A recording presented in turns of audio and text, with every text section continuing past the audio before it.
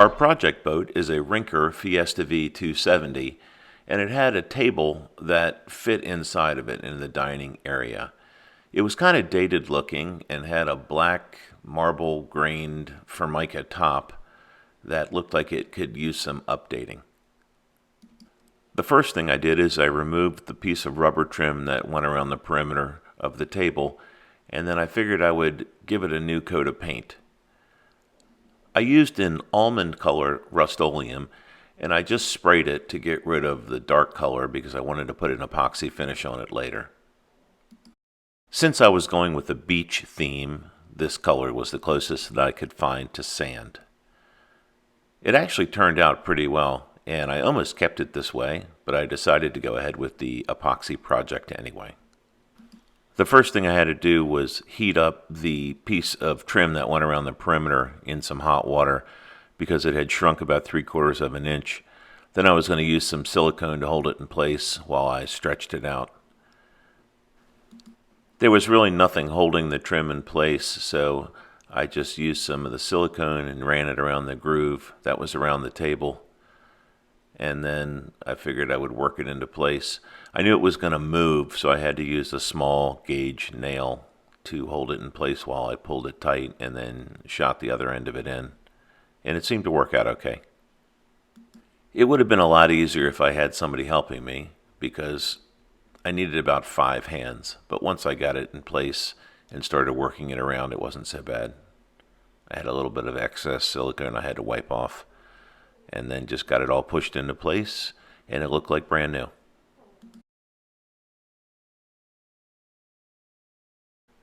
The table looked infinitely better than when I started, but I still wanted to do the beach theme overlay on it.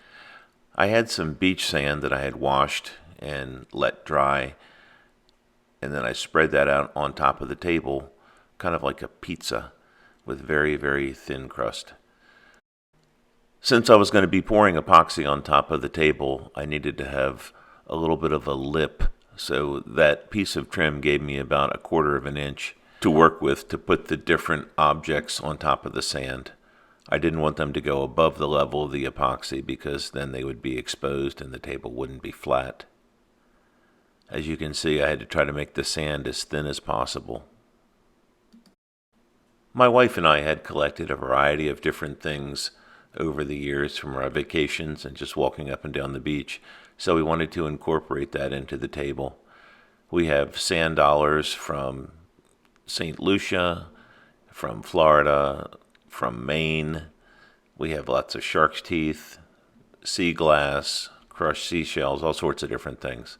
So instead of them just sitting in a container, we figured we'd put them on a table so it would be kind of cool. So when we're sitting on the boat and having a sandwich or a cocktail, we can look at it and go, remember that time we went to that place? I wanted them to appear somewhat random, but have a little bit of a pattern to them. So I tried my best to just space everything out and make it look somewhat natural. Of course, the sand dollars don't usually end up in a circle, but everything else just kind of is lying there in the sand. I think my favorite thing to find on the beach are the shark's teeth. We found them in North Carolina and lots of them down here in Florida, and we have quite a collection. So instead of just having them in a bag, we figured we'd put them into a table. So there's probably about 50 different teeth in there, which is kind of cool. Once all the stuff was in place, it was time to mix up the epoxy. The brand that I use is Total Boat tabletop epoxy, and you mix it 1-to-1, and part A and a part B. For some reason, the part B turned a little bit yellow, but I called the company and they said that when it's mixed together, it will be clear, and if there's an issue, just let them know and they'll replace it. But I mixed them together and they turned clear, so I'm taking their word for it. Like I said, I did 50-50 for each part A and part B, and then mixed them up really well for a couple minutes. Since everything was so delicate on top of the table, I didn't want to just pour it right on, so I started out very slowly pouring over top of some of the teeth and the sand dollars and things like that because I didn't want to disturb their position.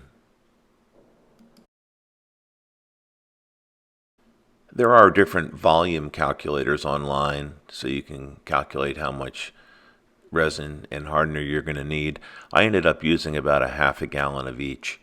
And actually, what I'm probably going to do is once everything is dry, I might actually put a piece of tape or something around the perimeter and pour a little bit more epoxy on there and then just round off the edge or put a decorative edge on it to make sure that everything is encased in epoxy, because a few of the things are still sticking up just a little bit, but I can always pour it back over top of it tomorrow.